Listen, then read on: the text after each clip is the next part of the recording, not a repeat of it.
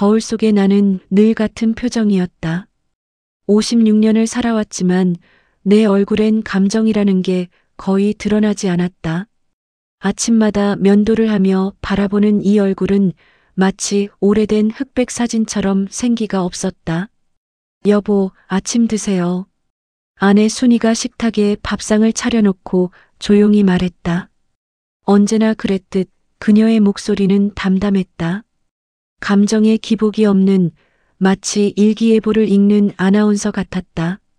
나는 고개를 끄덕이며 자리에 앉았다. 김치찌개, 계란말이, 멸치볶음. 늘 똑같은 메뉴였다. 어머니 병원 모시고 가야 하는데 오늘도 늦겠어요?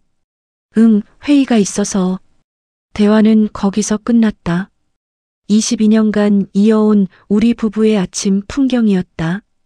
더 이상 할 말이 없었다.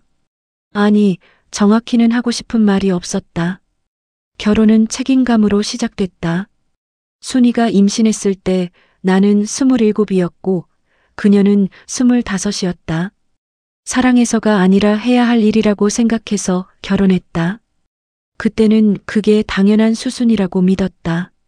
하지만 지금 생각해보면 그때부터 내 인생은 의무의 연속이었다. 순이는 나쁜 사람이 아니었다. 성실하고 묵묵히 가정을 지키는 여자였다. 하지만 나와는 맞지 않았다. 나는 본래 감성적인 사람이었다.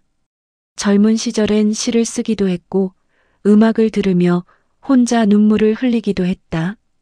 그런 내게 순이는 너무 현실적이고 실용적이었다. 시 같은 거 써서 뭐해요? 돈이 되나요? 음악 듣는 시간에 차라리 아이 공부 좀 봐주세요. 그녀의 말은 늘 옳았다. 하지만 내 마음은 점점 메말라갔다. 더 큰 문제는 시부모님이었다.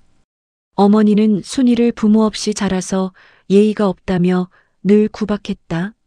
순이의 부모님은 그녀가 어릴 때 사고로 돌아가셨다. 그 사실을 알면서도 어머니는 매번 그 상처를 건드렸다. 지난 추석 때도 그랬다. 온 가족이 모인 자리에서 어머니가 또 시작하셨다. 이 차례상 좀 보세요. 나물 하나 제대로 무치지도 못하고 이러니까 친정 예의도 모른다는 소리 듣지. 순이는 고개를 숙이고 있었다. 아이들 앞에서도 이런 말을 서슴없이 하시는 어머니가 원망스러웠지만 나는 아무 말도 하지 않았다. 우리 정우가 고생이야. 이런 며느리를 만나서 친정에서 배워온 게 없으니 집안일도 서툴러. 어머니, 순이가 작은 목소리로 말하려 했지만 어머니는 들은 척도 안 하셨다. 친정 어머니라도 계셨으면 좀 가르쳐 주셨을 텐데. 역시 부모가 없으니 이 모양이야. 우리 집안 체면이 말이 아니야. 그때 민지가 할머니, 엄마가 잘못한 게 뭐예요? 라고 물었다. 순이는 딸을 끌어안으며 괜찮다, 괜찮아라고 속삭였다. 하지만 그녀의 어깨가 작게 떨리고 있는 것을 나는 봤다. 아버지도 한마디 보탰다. 정우야, 내가 좀 집사람 교육을 시켜야지. 시집 온 지가 언제인데 아직도 이 모양이야. 나는 그때도 그냥 네, 아버지하고 대답만 했다. 순이를 감싸주는 말은 한마디도 하지 않았다. 어머니는 계속하셨다. 우리 정우 어릴 때는 참 예쁘게 자랐는데 이런 여자 만나서 팔자가 사나워졌어. 친정이 든든해야 며느리가 남편을 잘 받들지. 이렇게 혼자 큰 애가 뭘 알겠어. 점심을 먹는 내내 이런 말들이 이어졌다. 순이는 한 끼 내내 거의 아무것도 먹지 못했다. 나는 그런 아내를 보면서도 어머니께 한마디 반박하지 못했다. 식사가 끝나고 설거지를 하는 순이에게 어머니가 다가가서 또 한마디 하셨다. 그냥 친정이 없다고 아무렇게나 하면 안 되는 거야. 우리 정우한테 누가 되지 말고 며느리 역할 좀 제대로 해. 순이가 네, 어머니하고 대답하는 목소리가 떨리고 있었다. 나는 그 소리를 들으면서도 그냥 거실로 나와버렸다.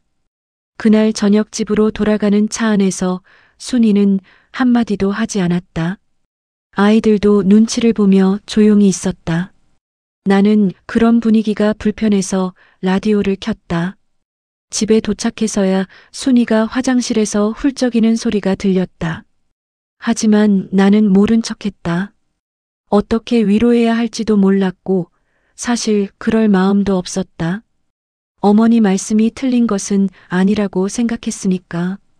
그런 일이 한두 번이 아니었다. 명절마다 집안 행사가 있을 때마다 반복됐다. 순이는 그럴 때마다 혼자 참았고 나는 그저 방관했다. 아니, 정확히는 어떻게 해야 할지 몰라서 외면했다. 아들 민준이가 태어나고 딸 민지가 태어났다. 아이들이 자라면서 집안은 더 복잡해졌다. 순이는 아이들 교육에 매달렸고 나는 직장 일에만 집중했다.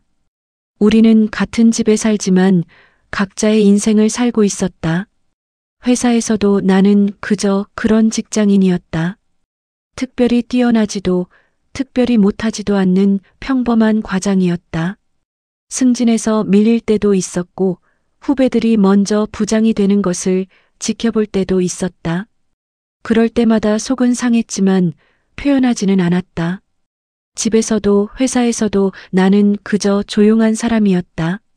저녁이면 맥주 한 캔을 들고 TV 앞에 앉았다. 뉴스를 보고 드라마를 보고 때로는 옛날 가요 프로그램을 보기도 했다. 그럴 때면 젊은 시절의 기억이 스쳐 지나갔다. 첫사랑의 얼굴, 함께 들었던 노래, 가슴 뛰었던 순간들. 하지만 그런 감정들은 이미 오래전에 묻어버린 것들이었다. 아빠, 나 용돈 좀. 엄마한테 받아. 엄마는 없대. 딸 민지와의 대화도 그게 전부였다. 아들 민준이는 이미 독립해서 나갔다. 결혼하겠다고 여자친구를 데려왔을 때도 나는 그냥 고개만 끄덕였다. 축하한다는 말도 잘하라는 말도 제대로 하지 못했다. 그런 내가 초등학교 동창회에 나간다고 했을 때 순이는 의외라는 표정을 지었다. 정말 가세요? 응, 한 번쯤은 가봐야지. 사실 나도 왜 가고 싶어졌는지 몰랐다. 그냥 문득 오래된 친구들이 보고 싶어졌다. 아니, 정확히는 예전에 나 자신이 그리워졌다. 감정이 있었던, 꿈이 있었던, 사랑할 줄 알았던 그 시절의 나 말이다. 동창회는 토요일 저녁이었다. 나는 오랜만에 정장을 차려입고 나섰다. 순이는 조심해서 다녀오세요라고 말했지만 그 목소리에는 별다른 감정이 없었다. 마치 출근하는 남편에게 하는 인사와 똑같았다. 지하철을 타고 시내로 나가면서 나는 가슴이 두근거리는 것을 느꼈다. 언제 이런 감정을 느껴봤나 싶을 정도로 오랜만의 설렘이었다. 56년을 살면서 이렇게 어딘가를 가는 것이 기대된 적이 언제였을까? 동창회 장소로 향하는 발걸음이 점점 빨라졌다. 그곳에서 나는 무엇을 만나게 될까? 혹시 잃어버린 내 자신의 일부를 되찾을 수 있을까? 그런 기대감이 가슴 한구석을 간지럽혔다. 무채색이었던 내 인생에 드디어 어떤 색깔이 칠해질 것만 같은 예감이 들었다. 동창회 장소는 시내 한 호텔의 연회장이었다. 30년 만에 보는 얼굴들은 모두 낯설면서도 익숙했다. 머리가 희끗희끗해진 친구들, 배가 나온 친구들, 그래도 여전히 밝은 웃음을 짓는 친구들. 나는 어색한 미소를 지으며 한 구석 자리에 앉았다. 야, 정우야. 너 진짜 안 변했네. 반장이었던 상우가 다가와 내 어깨를 툭툭 쳤다. 거짓말이었다. 나도 그도 많이 변해 있었다. 하지만 그런 거짓말이 이런 자리에서는 따뜻하게 느껴졌다. 너도 그대로네. 여전히 목소리가 크고. 우리는 서로 웃었다. 오랜만에 진짜 웃음이 나왔다. 집에서는 언제 이렇게 웃어봤나 싶었다. 1시간쯤 지났을까? 늦게 도착한 친구들이 하나둘 나타나기 시작했다. 그때 현수가 누군가와 함께 들어왔다. 키가 크고 단정한 여자였다. 나는 무심코 그녀를 바라보다가 숨이 멎는 것 같았다. 미영이었다. 아니, 미영이 아니었다. 하지만 너무나 닮아 있었다. 그 여자는 현수를 따라 우리 테이블 근처로 왔다. 현수가 소개했다. 얘들아, 우리 회사 후배 수진이야. 혼자 있기 심심하다고 해서 데려왔어. 수진이라는 여자가 공손히 인사했다.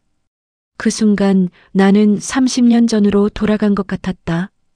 고등학교 2학년 때 전학 온 미영이가 처음 우리 반에 들어왔을 때의 그 모습이었다. 똑같은 눈매, 똑같은 미소, 심지어 머리를 귀 뒤로 넘기는 작은 습관까지. 내 가슴이 요동쳤다. 56년을 살면서 이렇게 가슴이 뛴 적이 언제였나? 안녕하세요. 김수진입니다. 그녀의 목소리까지 미영과 비슷했다. 나는 입이 바싹 말라서 제대로 대답도 못했다. 아, 네. 안녕하세요. 현수가 웃으며 말했다. 수진아, 여기정우 형. 우리 반에서 제일 조용하고 착했던 친구야. 지금도 그대로더라고. 수진이 내게 미소를 지었다. 그 미소가 너무나 미영과 똑같아서 나는 현실감을 잃을 뻔했다. 30년 전의 기억이 물밀듯 밀려왔다. 미영이와 처음 말을 나눈 날, 도서관에서 함께 공부하던 날들, 방과 후 교실에서 둘만 남아있던 그 조용한 시간들. 그때 나는 처음으로 사랑이라는 감정을 알았다. 미영이는 서울에서 전학 온 도시 아이였다. 우리 같은 시골 아이들과는 다른 세련된 분위기가 있었다. 책을 좋아했고 시를 쓰기도 했다. 나와 비슷한 감성을 가진 아이였다. 정우야, 너 시 쓰는 거 알고 있어. 어떻게 알았는지 놀랐지만 그녀가 내 시에 관심을 보인다는 사실이 기뻤다. 별로 잘 쓰지도 못해. 그래도 좋아. 나도 써봤는데 어려워. 너 시 한 편 써줄 수 있어? 그렇게 시작된 우리의 인연은 1년을 넘지 못했다. 3학년이 되면서 미영이는 다시 서울로 전학을 갔다. 아버지 직장 때문이었다. 제대로 고백도 못하고 마지막 인사도 제대로 못했다. 그저 멀어져가는 그녀의 뒷모습만 바라볼 뿐이었다.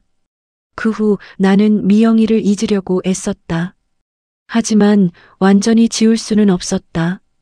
결혼 후에도 아이들이 자라는 동안에도 가끔 그녀의 얼굴이 떠올랐다. 지금 내 앞에 앉아있는 수진을 보면서 그 모든 기억이 한꺼번에 되살아났다. 정우 씨, 혹시 글 쓰시나요? 수진이 갑자기 물었다. 나는 깜짝 놀랐다. 아, 아니요. 왜 그렇게 생각하세요? 그냥 그런 분위기가 나서요. 조용하고 사색적인 느낌이. 미영이도 그런 말을 했었다.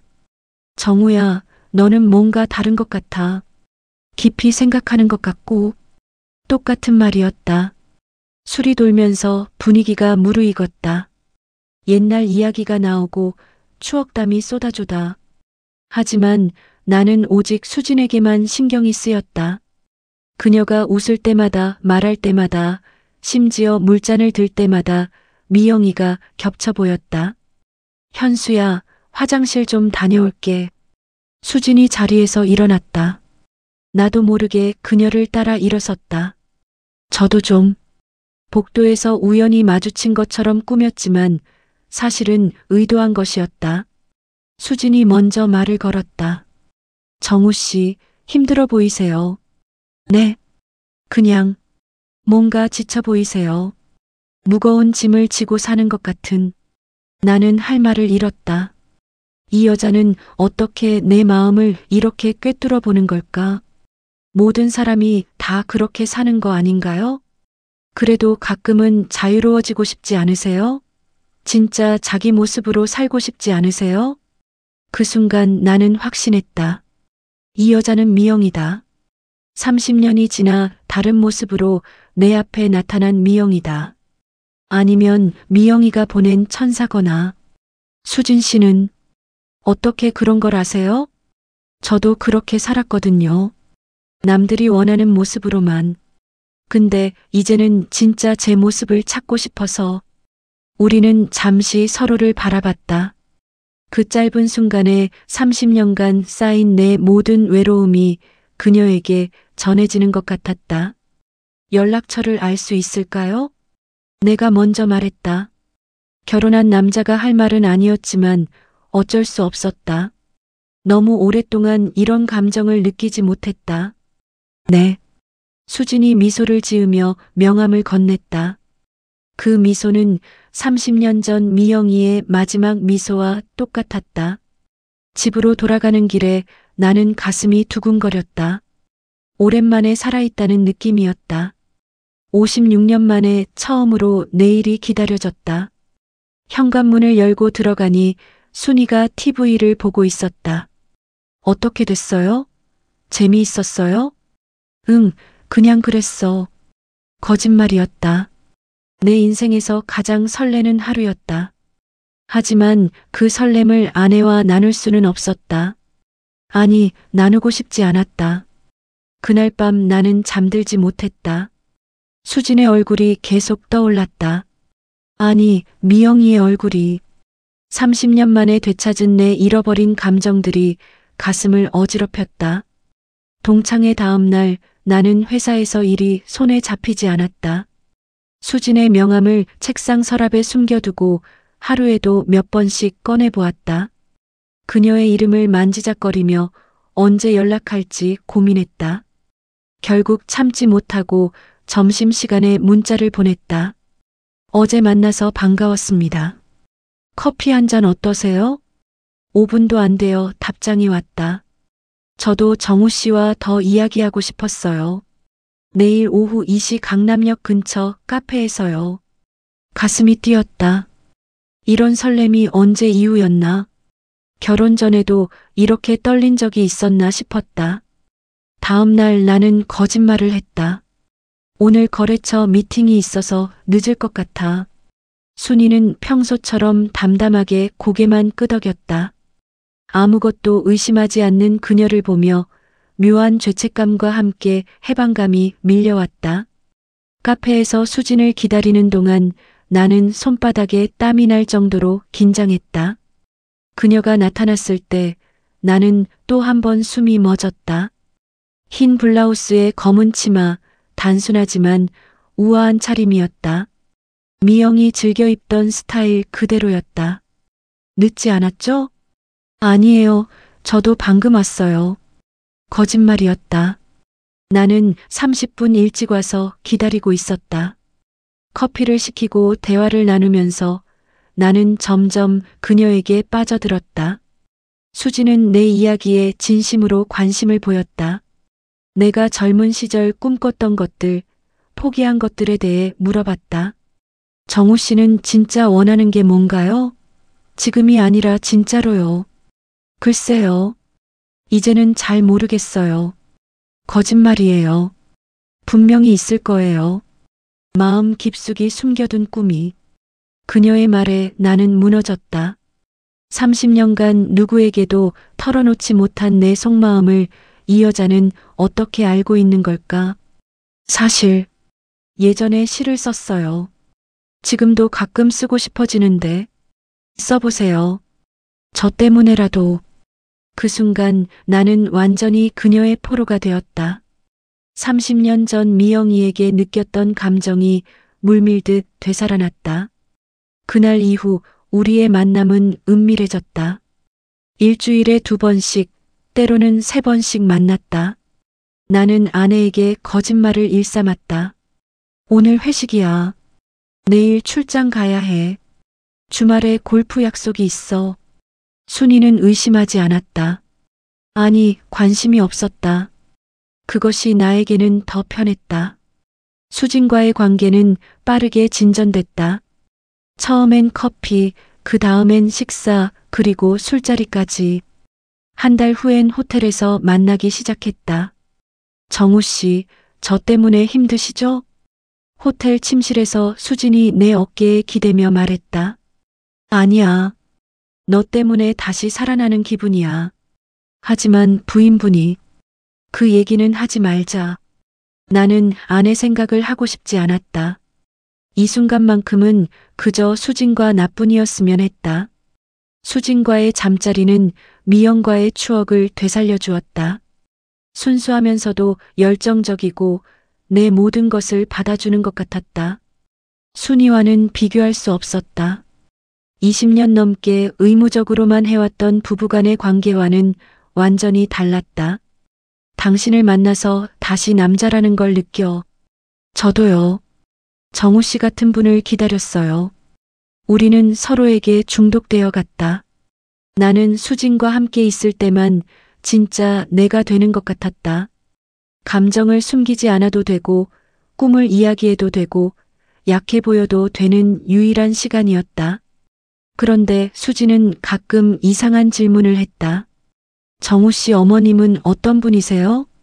부인분이랑은 언제부터 사이가 안 좋았어요? 시댁에서 부인분을 어떻게 대해요? 처음엔 단순한 호기심인 줄 알았다. 사랑하는 사람의 모든 것이 궁금한 게 당연하다고 생각했다. 그래서 나는 솔직하게 다 털어놓았다. 우리 어머니는 순이를 많이 구박해. 부모 없이 자랐다고. 순이도 처음엔 좋은 사람인 줄 알았는데 너무 현실적이야. 나랑 안 맞아. 사실 결혼도 책임감 때문에 한 거야. 사랑해서가 아니라. 수지는 내 말을 들을 때마다 안타까운 표정을 지었다. 그리고 더욱 나를 위로해줬다. 정우 씨는 진짜 사랑받을 자격이 있는 사람이에요. 이렇게 좋은 남자를 몰라보다니. 부인분이 바보예요. 그런 말들이 나에게는 마약 같았다. 30년간 누구에게도 받아보지 못한 인정과 사랑이었다. 3개월이 지났을 무렵 나는 이혼을 진지하게 고려하기 시작했다. 수진과 새로운 인생을 시작하고 싶었다. 더 이상 가면을 쓰고 살기 싫었다. 수진아, 나 이혼할 생각이야. 정말요? 하지만 너무 성급한 거 아니에요? 아니야. 이미 오래전부터 생각해왔어. 너를 만나서 확신이 선 거야. 수지는 복잡한 표정을 지었다. 저 때문에 그러시는 거라면 너 때문이 맞아. 너와 함께하고 싶어. 당당하게. 그날 밤 집에 돌아온 나는 순이에게 트집을 잡기 시작했다. 이혼의 명분을 만들기 위해서였다. 밥이 너무 짜네. 집 정리도 제대로 안 되어 있고 요즘 너무 무관심한 것 같아. 순이는 당황했다. 제가 뭘 잘못했나요? 그냥 우리 성격이 안 맞는 것 같아. 갑자기 왜 이러세요? 무슨 일 있어요? 순이는 오히려 나에게 더 잘해주려고 노력했다. 내가 좋아하는 반찬을 해주고 옷도 새로 사주고 관심을 보이려고 애썼다. 하지만 나에게는 그것조차 부담스러웠다. 왜 이제 와서 그러는 거야? 진작에 그랬으면 이렇게까지 되지 않았을 텐데. 나는 점점 더 냉정해졌다. 아내의 노력이 내 발목을 잡는다고 생각했다. 수진과의 새로운 사랑을 방해한다고 여겼다. 수진과의 만남은 더욱 잦아졌다. 이제는 거의 매일 연락했고 주말에도 만났다. 나는 완전히 그녀에게 중독되어 있었다. 수진아, 빨리 이혼 절차를 밟을게. 조금만 기다려줘. 서두르지 마세요. 저는 괜찮아요. 하지만 그녀의 눈빛에는 뭔가 다른 감정이 숨어 있는 것 같았다. 그때는 그것이 무엇인지 몰랐다. 사랑에 눈이 멀어 아무것도 보지 못했다. 내 인생에서 가장 달콤하고 위험한 나날들이 흘러가고 있었다. 그날도 나는 수진과의 만남을 위해 거짓말을 준비하고 있었다. 회사에서 나오는 길에 핸드폰이 울렸다. 순이었다. 여보, 지금 어디세요? 목소리가 평소와 달랐다. 떨리고 있었다. 왜? 무슨 일이야? 병원에 와주세요. 응급실이에요. 순간 가슴이 철렁했다. 수진과의 약속 따위는 머릿속에서 사라졌다. 무슨 일이야? 다쳤어? 검사 결과가. 제발 빨리 와주세요. 전화가 끊겼다. 나는 택시를 잡아타고 병원으로 달렸다. 아무리 아내와 사이가 멀어졌다고 해도 22년을 함께 산 사람이었다. 심장이 미친 듯이 뛰었다. 응급실에 도착했을 때 순이는 의자에 앉아 멍하게 천장을 바라보고 있었다. 그녀의 옆에는 검사 결과지가 놓여 있었다. 순이야, 무슨 일이야? 그제야 순이가 나를 바라봤다. 눈이 빨갛게 부어 있었다. 위암이래요. 3기래요. 나는 그 자리에서 주저앉을 뻔했다. 위암? 3기? 평소 건강하기만 했던 순이가? 그럴 리가 없어. 다시 검사해봐야지. 이미 정밀 검사까지 다 했어요. 확실하대요. 의사가 나와서 설명했다. 위의 3분의 1을 절제해야 한다고 했다. 수술 후 항암 치료를 받아야 하고 그래도 5년 생존율이 60% 정도라고 했다. 나는 현실감을 잃었다. 이혼을 생각하고 있던 아내가 갑자기 죽을 수도 있다는 병에 걸렸다니. 죄책감이 밀려왔다. 내가 바람을 피우고 있는 동안 아내는 혼자 이런 고통을 겪고 있었던 것이다. 그날 밤 나는 수진에게 전화했다. 미안해. 오늘 못 만날 것 같아. 무슨 일 있으세요? 아내가 위암이래. 전화 저편에서 잠시 침묵이 흘렀다. 많이 심각한가요? 3기야. 수술해야 해. 정우 씨, 많이 힘드시겠어요. 수진의 목소리에는 위로가 담겨 있었지만 뭔가 어색한 느낌이 들었다. 마치 예상했던 일이라는 듯한 톤이었다. 그 후 한 달 동안 나는 아내의 병간호에 매달렸다. 수술 전 검사, 수술, 회복. 그동안 수진과는 연락을 거의 하지 못했다. 가끔 안부 문자를 주고받는 정도였다. 수술은 성공적이었다. 하지만 순이는 많이 약해졌다. 항상 씩씩했던 그녀가 병실 침대에 누워있는 모습을 보니 가슴이 아팠다. 여보, 미안해요. 순이가 나를 보며 말했다. 왜 미안해? 아픈 건 내 잘못이 아니잖아. 이렇게 짐이 되어서요. 요즘 저 때문에 고생만 하시잖아요. 나는 할 말을 잃었다. 한 달 전까지 이혼을 생각했던 내 자신이 부끄러웠다. 무슨 소리야? 우리 부부잖아. 당연한 일이야. 순이가 내 손을 잡았다. 마른 손이 차갑게 느껴졌다. 고마워요. 정말 고마워요. 그 순간 나는 눈물이 날 뻔했다. 22년 동안 이런 감정을 느껴본 적이 없었다. 사랑은 아닐지라도 이 여자에 대한 애틋함 같은 것이 솟아났다. 하지만 동시에 다른 생각도 들었다. 순이가 회복되면 이혼할 수 있을까? 아니면 이것이 운명의 장난일까? 나는 그런 이기적인 생각을 하는 내 자신을 혐오했다.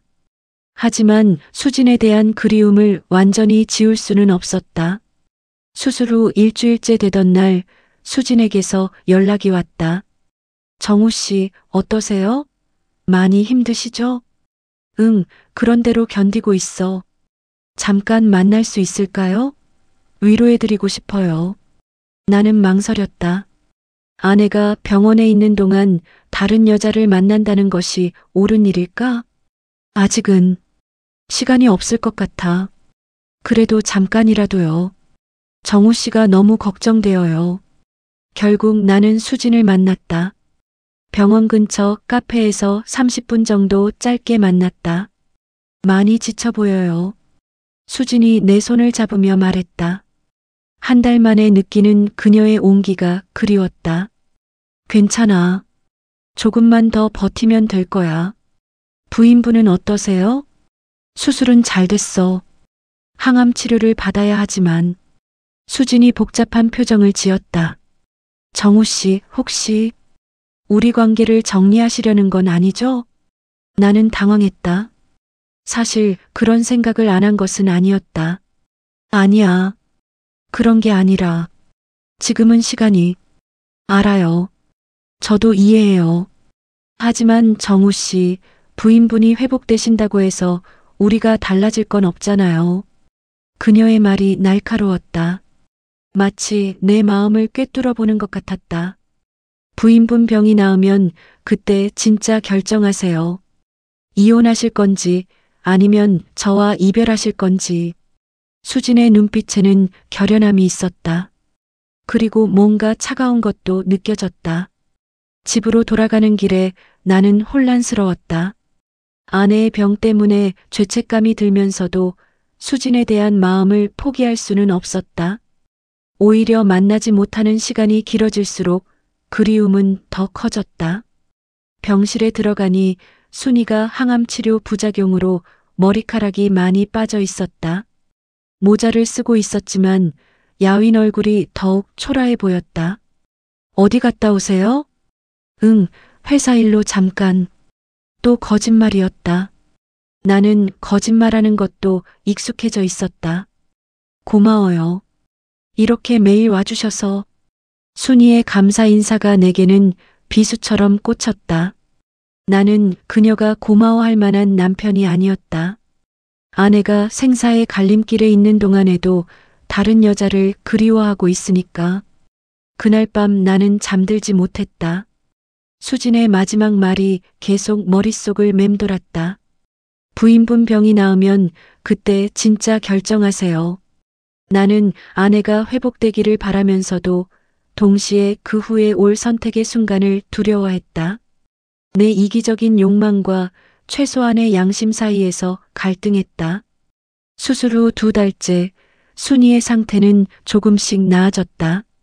항암 치료도 예정대로 진행되고 있었다. 의사는 희망적이라고 했다. 그러자 내 마음속에서는 다시 수진에 대한 그리움이 고개를 들었다. 이제 곧 만날 수 있을까?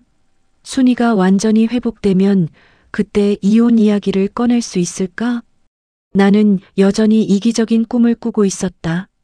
아내의 병을 핑계로 잠시 미뤄둔 불륜과 이혼 계획을 다시 꺼내려 하고 있었다. 운명은 내게 경고를 주었지만 나는 그 경고를 무시하고 있었다. 더 큰 파국이 기다리고 있다는 것을 모른 채로. 순이의 항암 치료가 끝나갈 무렵 나는 다시 수진과 만나기 시작했다.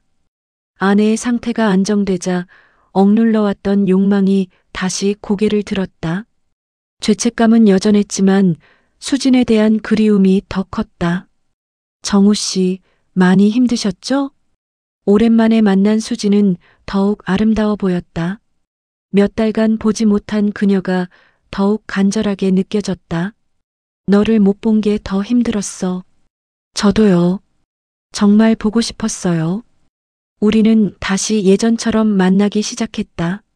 하지만 이번에는 더욱 조심스러웠다. 순이가 의심할 수도 있었고 병원에 다녀오는 시간을 이용해야 했다. 수진아, 이제 결정할 때가 온 것 같아. 호텔에서 수진과 함께하며 나는 드디어 그 말을 꺼냈다. 무슨 결정요? 이혼이야. 순이 상태가 많이 좋아졌어. 이제 이혼 이야기를 해볼 생각이야. 수진이 갑자기 표정이 굳어졌다. 정말 그러실 거예요? 응. 더 이상 미룰 수 없어.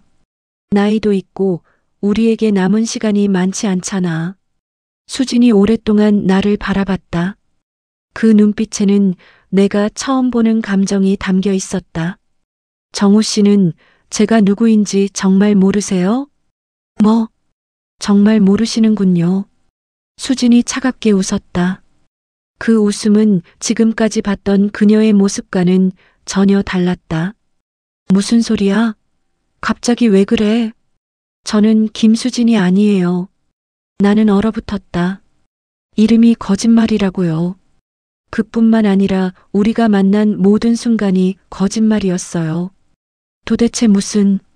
제 진짜 이름은 박미선이에요. 순희 씨의 이복 동생이죠. 세상이 무너지는 것 같았다. 순이의 이복 동생? 그럼 수지는? 아니, 미선은? 거짓말이지? 그럴 리가. 왜 거짓말이겠어요? 순이 언니가 부모 없이 자랐다고 하셨죠? 저도 마찬가지예요. 같은 아버지를 둔 자매거든요. 나는 의자에서 일어날 수도 없었다. 그럼 처음부터? 네. 처음부터 계획된 일이었어요. 언니를 괴롭히는 정우 씨와 그 가족들에 대한 복수였죠. 미선의 눈에는 차가운 증오가 담겨 있었다. 언니가 결혼하고 얼마나 힘들어했는지 아세요? 시어머니한테 매일 구박받고 남편은 무관심하고 그런 스트레스 때문에 병이 생긴 거예요. 그건 정우 씨는 언니가 부모 없이 자라서 예의 없다는 시어머니 말을 들으면서도 한 번도 감싸주지 않으셨죠? 그런데 아세요? 우리가 왜 이런 처지가 되었는지. 나는 순이의 가족사에 대해 자세히 알지 못했다. 그저 일찍 부모를 잃었다는 것만 알 뿐이었다. 우리 아버지는 젊은 시절 정우 씨 부모님과 사업을 하셨어요. 건축 자재 사업이었죠. 그런데 정우 씨 아버지가 배신했어요. 미선의 목소리가 더욱 차가워졌다. 공사 대금을 떼먹고 도망간 거예요. 우리 아버지는 그 빚을 떠안고 파산했죠.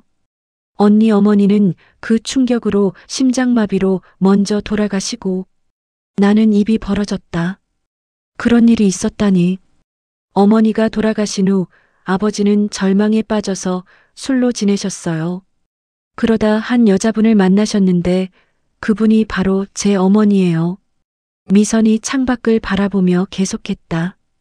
제 어머니가 임신한 사실도 모르고 아버지는 1년 후 음독 자살하셨어요. 결국 언니는 고아가 되었고 저는 미혼모인 어머니 밑에서 자랐죠. 그럼 너희들이 만난 건 성인이 되어서예요. 저는 친아버지가 누구인지 궁금해서 찾다가 언니의 존재를 알게 되었죠. 그런데 알고 보니 언니가 우리 아버지를 죽음으로 몰아넣은 그 집안의 며느리로 살고 있더라고요. 미선의 눈에 분노가 타올랐다.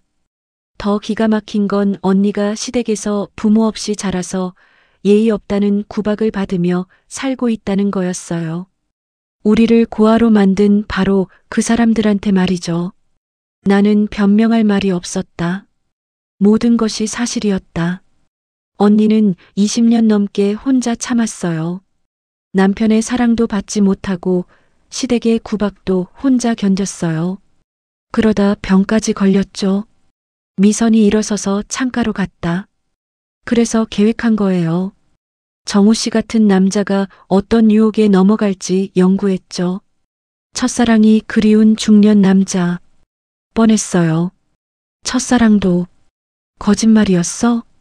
당연하죠. 정우 씨 첫사랑이 누군지 어떻게 생겼는지 다 조사했어요. 성형 수술도 받고 말투도 연습했죠. 미영 씨와 닮게요. 나는 완전히 무너졌다.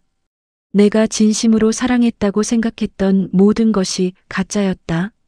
왜 이런 짓을? 복수해요. 우리 아버지를 죽음으로 몰아넣고 언니를 20년간 괴롭힌 정우 씨 가족들에 대한 복수. 정우 씨가 바람 피우는 장면을 다 녹화했어요. 호텔에서, 카페에서 모든 장면을요. 미선이 핸드폰을 꺼내 보여줬다. 우리가 함께했던 모든 순간들이 동영상으로 저장되어 있었다.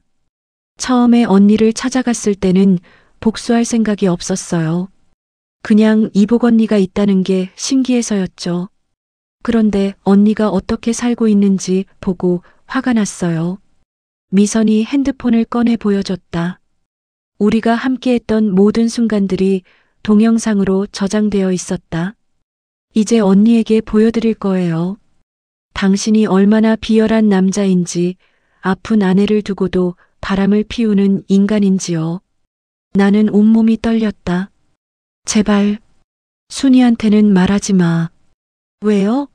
언니는 알 권리가 있어요. 자기 남편이 어떤 사람인지. 순이가 충격받으면 병이 재발할 수도 있어.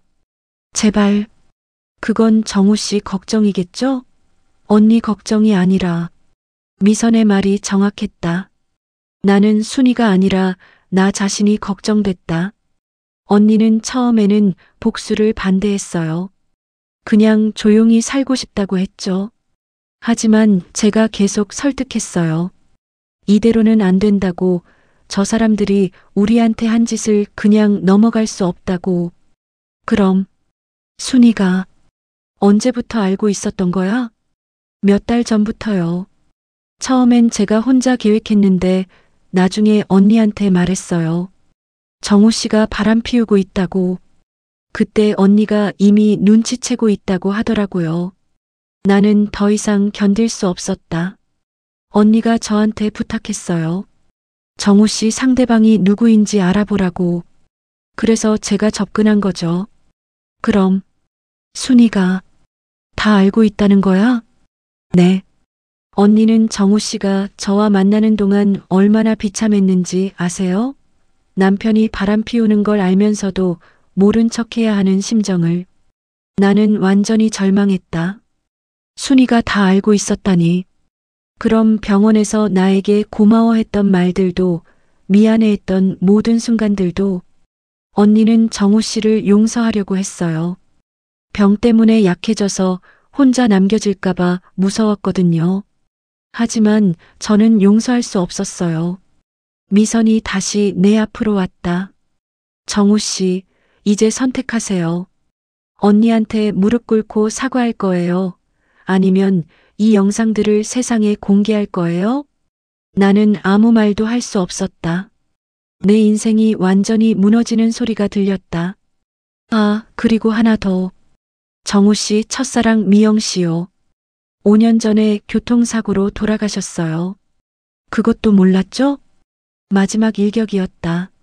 진짜 미영이는 이미 이 세상 사람이 아니었다. 내가 사랑했다고 생각한 모든 것이 죽은 사람의 흉내였다. 이제 집에 가서 언니한테 사과하세요. 진심으로요. 미선이 문을 향해 걸어갔다.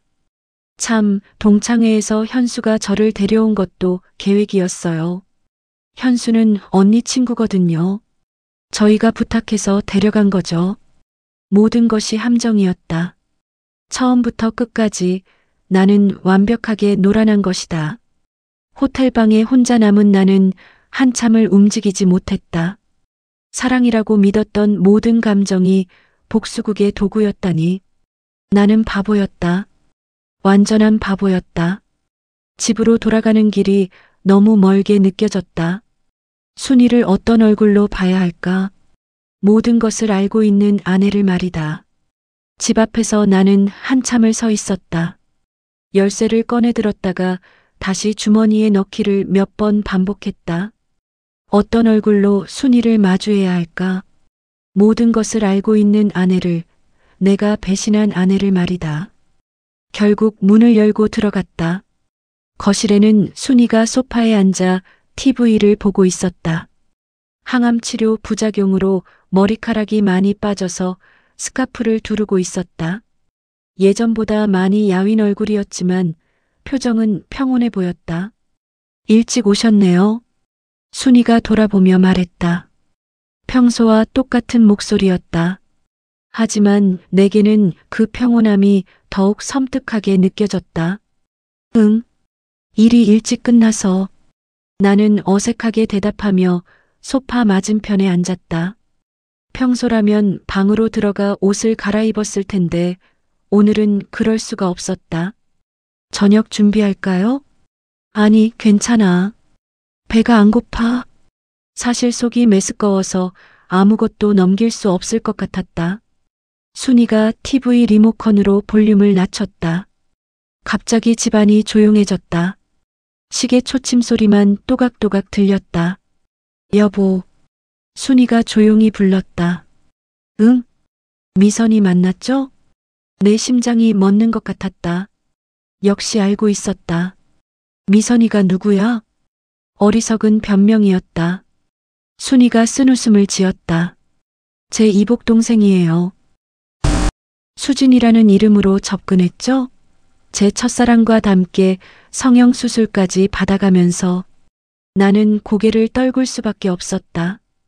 더 이상 숨길 수도 변명할 수도 없었다. 언제부터 알고 있었어? 미선이가 처음 저를 찾아왔을 때부터요. 순이의 대답이 나를 더욱 절망시켰다. 미선이가 성인이 되어서 친아버지를 찾다가 제 존재를 알게 되었대요. 그런데 알고 보니 제가 아버지를 죽게 만든 그 집안의 며느리로 살고 있더라고요. 순이가 일어나서 주방으로 갔다. 물을 한 컵 따라 마시고 다시 돌아왔다. 처음에 미선이가 저를 찾아왔을 때는 반가웠어요. 이복 동생이 있다는 것도 신기했고, 하지만 우리 아버지 이야기를 듣고 나서는 순이가 다시 소파에 앉았다. 나와의 거리를 조금 더 벌리고 앉았다. 시아버지가 우리 아버지를 배신해서 죽음으로 몰아넣었다는 얘기를 들었을 때 정말 충격이었어요. 그래서 제가 22년간 이 집에서 구박받으며 살았구나 싶더라고요. 순이야. 미선이가 복수하겠다고 했을 때 처음에는 말렸어요. 그냥 조용히 살자고. 하지만 당신이 저한테 어떻게 대하는지 보면서 생각이 바뀌었어요. 처음에는 정말 화났어요. 미선이한테도 당신한테도. 하지만 병원에서 암 진단을 받고 나니까 생각이 또 바뀌더라고요. 순이야. 살 날이 얼마 안 남을 수도 있는데 복수나 화 같은 건 의미가 없다고 생각했어요. 그래서 미선이한테 그만하라고 했는데 순이의 목소리가 떨렸다. 미선이가 그러더라고요. 언니는 너무 착하다고. 그런 남자한테, 그런 집안한테 당하고도 참기만 하냐고. 우리 아버지 원수들인데 왜 그렇게 살고 있냐고. 나는 할 말을 잃었다. 순이가 얼마나 혼자서 고통받았을지 상상할 수 없었다. 당신이 미선이 만나러 갈 때마다 저는 혼자 울었어요. 남편이 다른 여자와 잠자리를 나누고 있다는 걸 알면서도 모른 척해야 하는 게 얼마나 비참한지 아세요? 순이의 눈에 눈물이 고였다. 그래도 참았어요. 병원에서 당신이 저를 돌봐주는 모습을 보면서 혹시 진짜로 뉘우치고 있는 건 아닐까 생각했거든요. 순이야, 미안해. 정말 미안해. 미안하다고요? 순이가 갑자기 목소리를 높였다. 22년 동안 저를 무시하고 시어머니가 구박할 때도 외면하고 제가 아파도 관심 없다가 이제 와서 미안하다고요? 나는 순이가 이렇게 화내는 모습을 처음 봤다.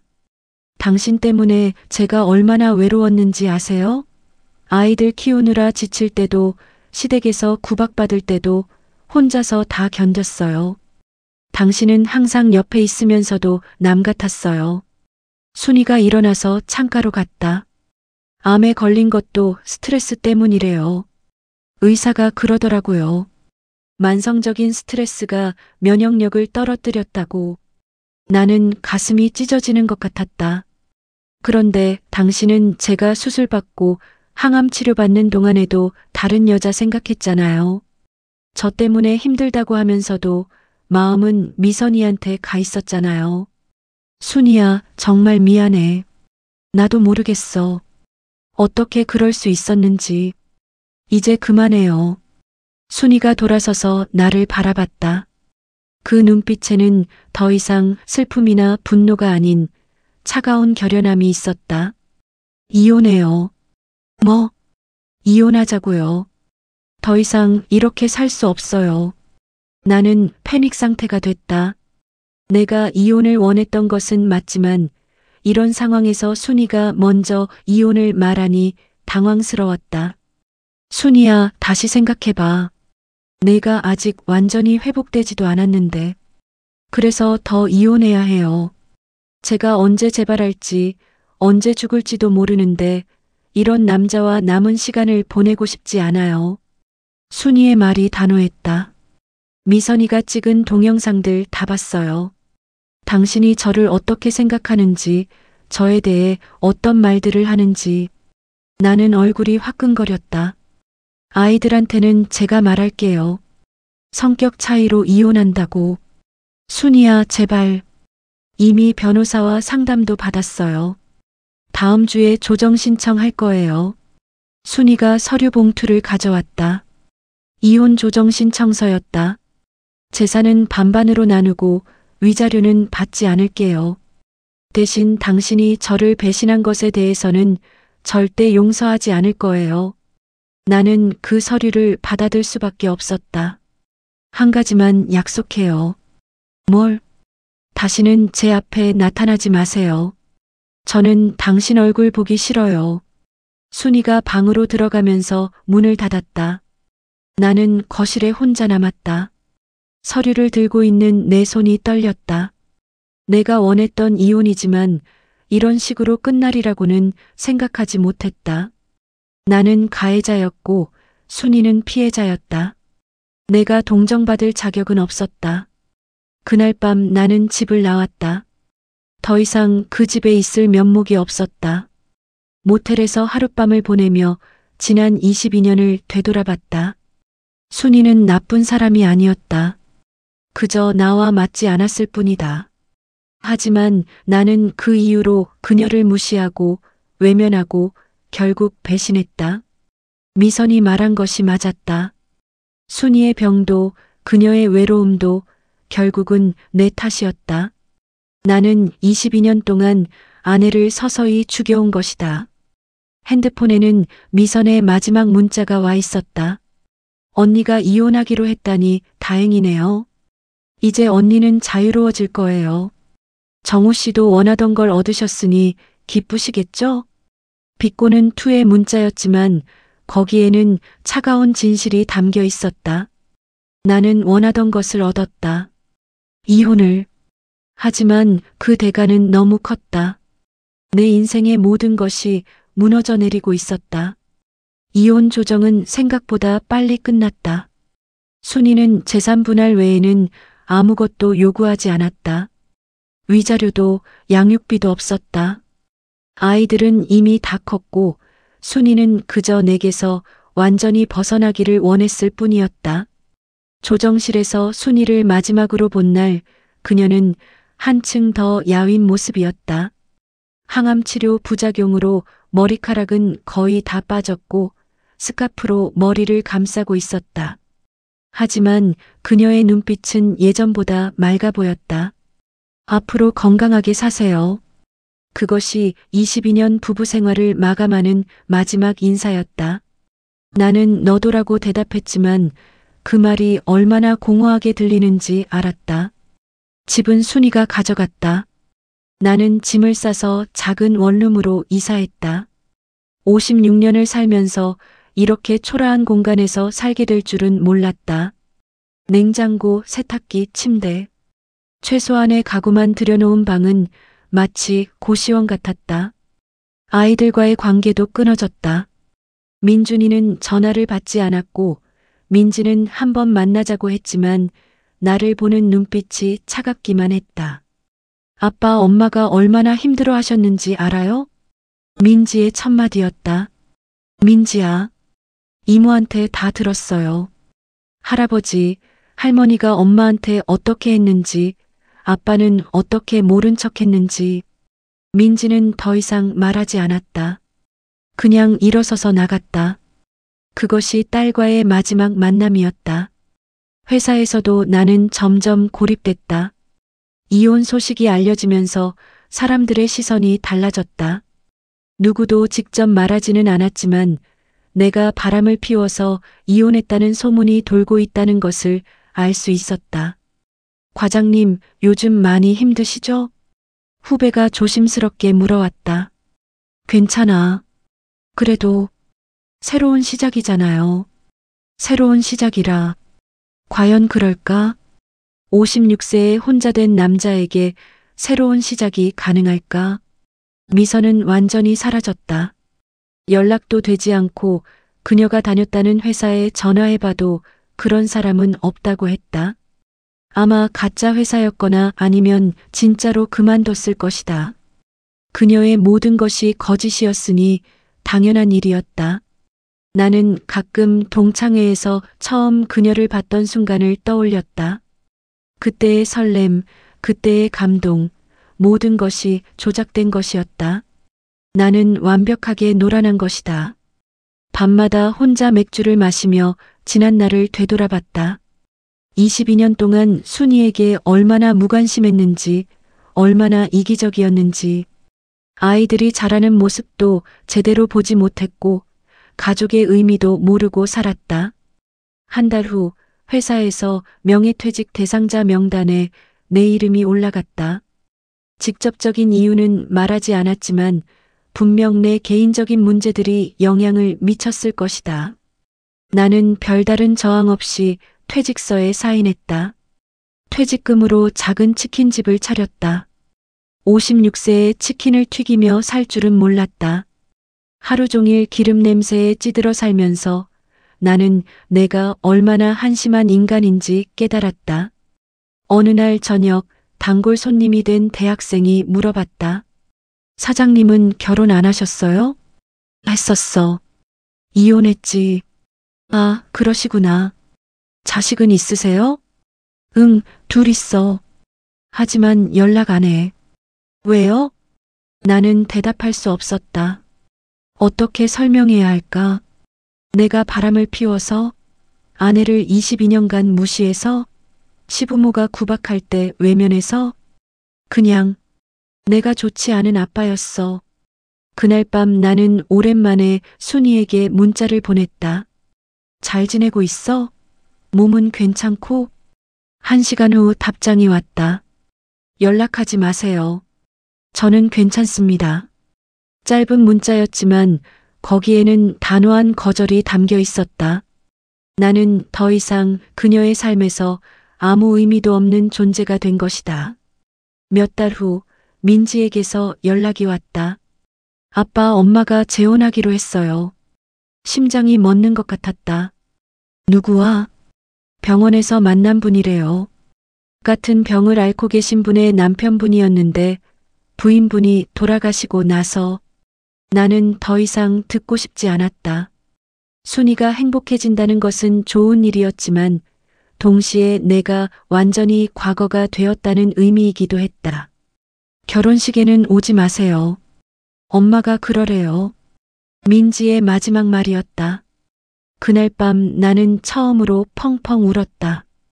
56년을 살면서 이렇게 절망적으로 운 것은 처음이었다. 나는 모든 것을 잃었다. 아내도 아이들도 직장도 사랑이라고 믿었던 것도. 치킨집 카운터에 앉아서 나는 생각했다. 내가 무엇을 위해 살고 있는 걸까? 이제 남은 게 뭐가 있을까? 미선이 마지막에 한 말이 떠올랐다. 정우 씨도 원하던 걸 얻으셨으니 기쁘시겠죠? 맞다. 나는 원하던 것을 얻었다. 이혼을, 자유를. 하지만 그 자유가 이렇게 공허할 줄은 몰랐다. 밖에서는 비가 내리기 시작했다. 치킨집 형광등만이 쓸쓸하게 빈 가게를 비추고 있었다. 나는 그 불빛 아래 혼자 앉아서 내가 스스로 만들어낸 지옥을 바라보고 있었다. 56세, 혼자 치킨집 사장. 이것이 내가 선택한 인생의 결과였다. 이제 돌이킬 수 없었다. 나에게 남은 것은 후회와 외로움뿐이었다. 순이는 새로운 사랑을 찾았지만 나에게는 그런 기회조차 없어 보였다. 누가 이런 남자를 사랑하겠는가? 가정을 파괴하고 아내를 배신하고 자식들에게도 버림받은 남자를. 나는 완전히 혼자가 되었다. 그리고 그것은 전부 내 잘못이었다. 순이의 재혼식이 있던 날 나는 치킨집 앞에 서서 하늘을 바라봤다. 구름 한 점 없는 맑은 봄날이었다. 누군가의 새로운 시작에는 완벽한 날씨였다.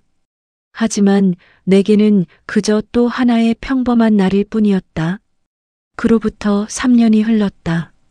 나는 여전히 같은 치킨집에서 같은 원룸에서 혼자 살고 있었다. 59세가 된 나에게 변한 것은 늘어난 주름과 희끗해진 머리카락뿐이었다. 가끔 옛 동료들이 치킨집에 들르기도 했다. 처음엔 어색해하며 안부를 묻던 그들도 이제는 그냥 일반 손님처럼 대했다. 나 또한 그들에게 더 이상 예전의 과장이 아닌 그저 치킨을 튀기는 사장일 뿐이었다. 사장님, 치킨 한 마리 포장이요. 단골이 된 직장인이 주문했다. 나는 기계적으로 치킨을 포장해주며 생각했다. 이 사람도 집에 가면 가족이 기다리고 있겠지. 따뜻한 저녁 식사와 함께. 잘 드세요. 네, 감사합니다. 그가 나간 후 다시 조용해진 가게에서 나는 혼자 앉았다. TV에서는 저녁 뉴스가 나오고 있었다. 정치, 경제, 사회 이야기들이 흘러나왔지만 내게는 모두 남의 이야기 같았다. 핸드폰에는 아무도 연락하지 않았다. 민준이와 민지는 여전히 연락을 끊고 있었고 순이, 아니, 이제는 다른 성씨를 가진 그녀에게서 소식을 듣는 것은 몇 년 전부터 포기한 일이었다. 가끔 인터넷에서 아이들 소식을 찾아보곤 했다. 민준이는 작년에 승진했다는 소식을 회사 홈페이지에서 봤고 민지는 SNS에 올린 사진에서 행복해 보였다. 둘 다 잘 살고 있는 것 같아서 다행이었다. 나 같은 아버지가 없어도. 어느 날 저녁 뉴스에서 익숙한 이름이 들렸다. 순이의 새 남편이 지역사회 공헌상을 받았다는 소식이었다. 화면에는 시상식 장면이 나왔고 그 옆에 서 있는 여자가 순이었다. 머리카락이 다시 자란 그녀는 예전보다 훨씬 밝은 표정이었다. 환하게 웃고 있는 모습이 내가 22년간 함께 살았던 순이와는 다른 사람 같았다. 아니, 그때는 내가 그녀의 진짜 모습을 보지 못했던 것이다. TV를 끄고 나는 밖으로 나갔다. 원룸 근처 작은 공원에 앉아서 담배를 피웠다. 금연하려고 여러 번 시도했지만 번번이 실패했다. 이제는 포기했다. 어차피 나를 걱정해줄 사람도 없는데 무엇 때문에 건강을 챙기겠는가. 공원 벤치에서 가족들이 산책하는 모습을 보았다.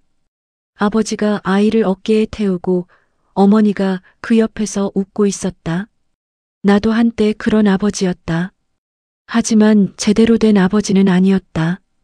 민지가 어릴 때 학예회에서 아빠 역할을 맡았던 것이 생각났다.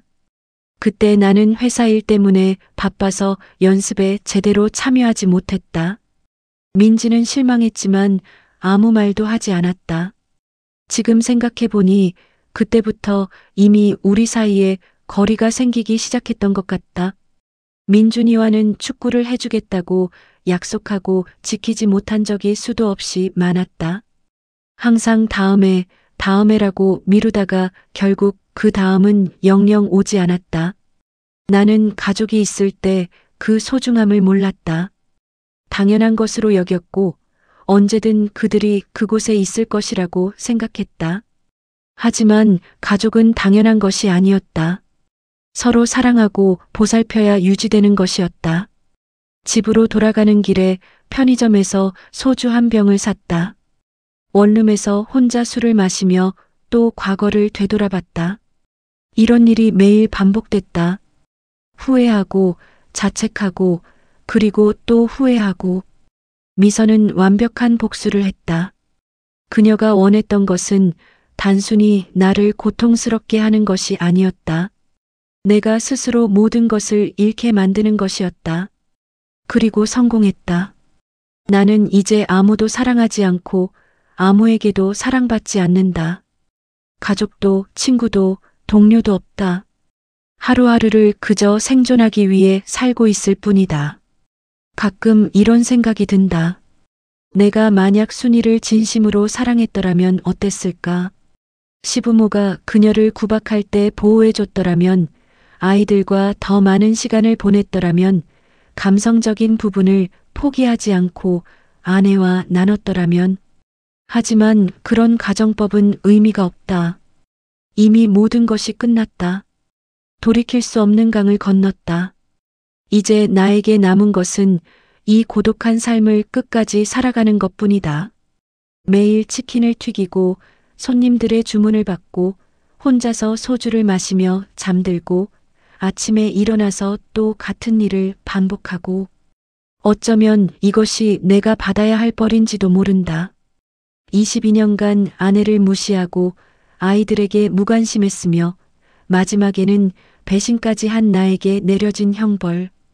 미선이 그날 말했듯이 나는 내가 원하던 것을 얻었다. 자유를. 하지만 그 자유의 대가는 영원한 외로움이었다. 벽시계가 자정을 알렸다. 또 하루가 끝났다. 내일도 모레도 앞으로 남은 모든 날들도 오늘과 같을 것이다.